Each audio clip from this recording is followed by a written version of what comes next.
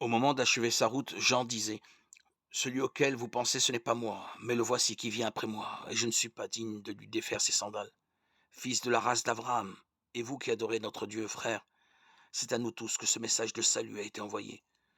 En effet, les habitants de Jérusalem et leurs chefs n'avaient pas su reconnaître Jésus ni comprendre les paroles des prophètes qu'on lit chaque Shabbat. Et pourtant, ils ont accompli ces mêmes paroles quand ils l'ont jugé.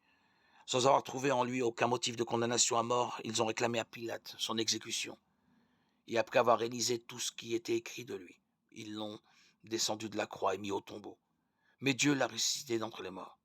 Il est apparu pendant plusieurs jours à ceux qui étaient montés avec lui de Galilée à Jérusalem et qui sont maintenant ses témoins devant le peuple. Et nous vous annonçons cette bonne nouvelle, la promesse que Dieu avait faite à nos pères. Il l'a entièrement accomplie pour nous, leurs enfants, en ressuscitant Jésus. C'est ce qui est écrit au psaume 2. Tu es mon fils, aujourd'hui je t'ai engendré. Oui, Dieu l'a ressuscité des morts sans retour possible à la corruption, comme il avait annoncé en disant: Je vous donnerai la véritable sainteté annoncée à David. Et c'est celui-ci qui dit dans un autre psaume: Tu donneras à ton ami de ne pas connaître la corruption.